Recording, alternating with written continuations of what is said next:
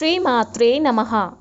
2024 వరలక్ష్మి వ్రతం తరచుగా అడిగే ధర్మ సందేహాలు. 2024లో వరలక్ష్మి వ్రతం ఎప్పుడు, దాని ప్రాముఖ్యత ఏమిటి అని తెలుసుకుందాం. వరలక్ష్మి వ్రతం శ్రావణ శుక్ల పక్షం చివరి శుక్రవారం నాడు వస్తుంది. 2024 మొదటి శ్రావణ శుక్రవారం ఆగస్టు 9వ తేదీ ప్రారంభం అవుతుంది. వరలక్ష్మీదేవిని పూజించడానికి అంకితం చేయబడిన ముఖ్యమైన రోజు. అమ్మ దీవెనలను ప్రసాదించే మరియు భక్తుల కోరికలను తీర్చే మహాలక్ష్మీదేవి. ఆఖరి శ్రావణ శుక్రవారము వరలక్ష్మి వ్రతము ఆగస్టు 30వ తేదీ. తిథి బహుళ ద్వాదశిన ముగుస్తుంది. వరలక్ష్మి వ్రతానికి కావలసిన ముఖ్యమైన పదార్థాలు ఏమిటి? వరలక్ష్మి వ్రతానికి కావలసిన పదార్థాలు: కుంకుమ, హరిద్ర, చందనం, తోరగ్రంథి, అక్షంతలు, శ్రీ వరమహాలక్ష్మి విగ్రహము, వస్త్రాలు, తాజా పళ్ళు మరియు పువ్వులు, స్వీట్లు, సింధూర మాలలు, తమలపాకులు, పీఠం, కలశం, ఉదాహరణ, ధూపం, కర్పూరం. వరలక్ష్మి వ్రతం పూజను సాయంత్రం వేళలో ఎందుకు పవిత్రంగా భావిస్తారు అనే సందేహాన్ని తెలుసుకుందాం. సాయంత్రం సమయం, ముఖ్యంగా ప్రదోష సమయంలో వరలక్ష్మి పూజకు శుభప్రదంగా పరిగణించబడుతుంది. ఎందుకంటే ఇది లక్ష్మీదేవిని ఆరాధించడానికి మరియు శ్రేయస్సు కోసం ఆమె ఆశీర్వాదాలను కోరటానికి అనుకూలమైన కాలం అని నమ్ముతారు.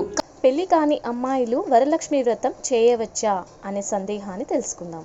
ఎటువంటి సమస్య లేకుండా చేయవచ్చు. వివాహిత స్త్రీలు తమ భర్తతో సహా వారి కుటుంబాల సంక్షేమం కోసం ప్రార్థించే సాంప్రదాయంగా ఉన్నప్పటికీ, పెళ్లి కాని అమ్మాయిలు ఈ పూజలో పాల్గొనడాన్ని నిరోధించే నిర్దిష్ట నియమం ఏమీ లేదు.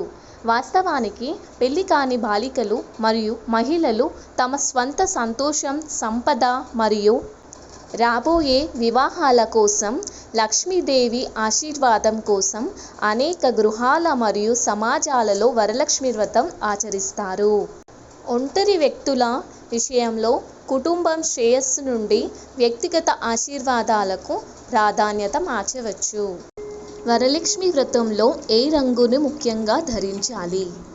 మతపరమైన మరియు పండుగ సందర్భాలలో ఎరుపు రంగు భారతదేశంలో చాలా అదృష్టం మరియు బాగా ఇష్టపడే రంగు. ఇది బలం మరియు కోరికలను సూచిస్తుంది. వరలక్ష్మి పూజ కోసం చాలామంది వ్యక్తులు ఎరుపు రంగు దుస్తులు ధరించాలని నిర్ణయించుకుంటారు. ఎందుకంటే ఇది లక్ష్మీదేవిని శాంతింపజేస్తుంది అని భావిస్తారు. ఆకుపచ్చ మరోవైపు విస్తరణ, సంతానోత్పత్తి మరియు పునరుద్ధరణ సూచిస్తుంది. ఇది సంపద మరియు ప్రకృతి రెండింటితో ముడిపడి ఉంటుంది.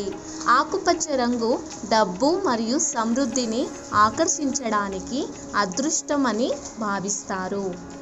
వరలక్ష్మి వ్రతం ఎన్ని ప్రసాదాలు పెట్టాలి? 2:30 నుండి 3 గంటల లోపు పూర్ణం బూరెలు మరియు గారెలు లేదా మినప పునుగులు, పానకం, చలిమిడి మరియు వడపప్పు. లెక్కింపు 7 చేయడానికి పులిహోర మరియు పెరుగన్నంతో సులభంగా వీటిని తయారు చేసుకోవచ్చు. ఇది 9 చేయటానికి వారికి 2 రకాల పండ్లు అవసరం పడతాయి. వరలక్ష్మి వ్రతం రోజు పాటించాల్సిన పద్ధతి: పగటిపూట నిద్రపోకుండా ఉండండి మరియు రాత్రి ఎక్కువసేపు నిద్రపోకుండా ఉండండి. వీలైనంత వరకు బయట ఆహారాన్ని తీసుకోకుండా తాజా ఆహారాన్ని మాత్రమే తీసుకోవడానికి ప్రయత్నించండి. అనివార్య కారణాల వల్ల మీరు బయట ఆహారం తీసుకోవాల్సి వస్తే స్నానం చేసిన తరువాత తినండి మరియు డబ్బు విచ్చలవిడిగా ఖర్చు చేయకుండా ఉండండి ఆ రోజు. వరలక్ష్మి పూజ తరువాత కలశం ఏం చేయాలి?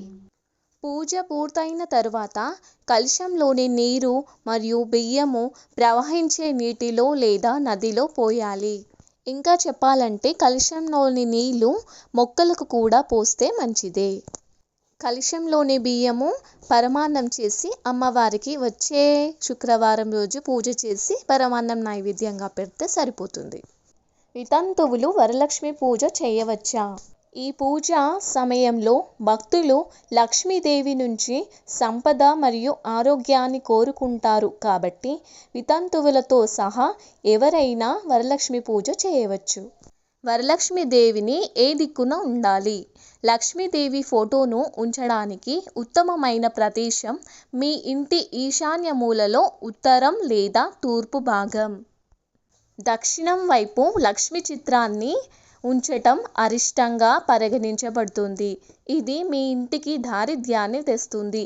వరలక్ష్మి పూజ ఏ లగ్నంలో చేస్తే మంచిది?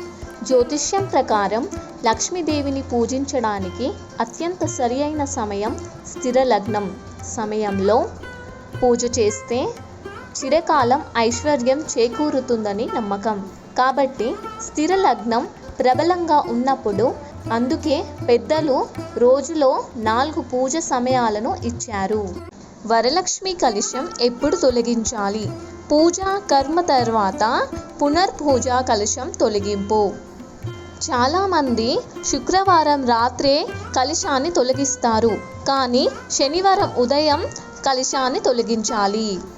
శనివారం ఉదయాన్నే స్నానం చేసి కలశాన్ని పూజ చేయండి. కొద్దిపాటి నీటిని సేవించి శుభ సమయంలో కలశాన్ని తొలగించండి. వరలక్ష్మి వ్రతం సమయంలో నిద్రించవచ్చా? ఉపవాసం అనేది సర్వశక్తివంతునికి భక్తి యొక్క పిలుపుగా మరియు మన స్వీయ నియంత్రణకు పరీక్షగా పరిగణించబడుతుంది. మనం నిద్ర లేకుండా ఉండకూడదు. వివిధ కులాలలో ఉపవాసం అంటే కొన్ని గంటలు మాత్రమే తినటం లేదా మనం నిద్రను నడిపించే కొన్ని ఆహార పదార్థాలను వదులుకోవటం.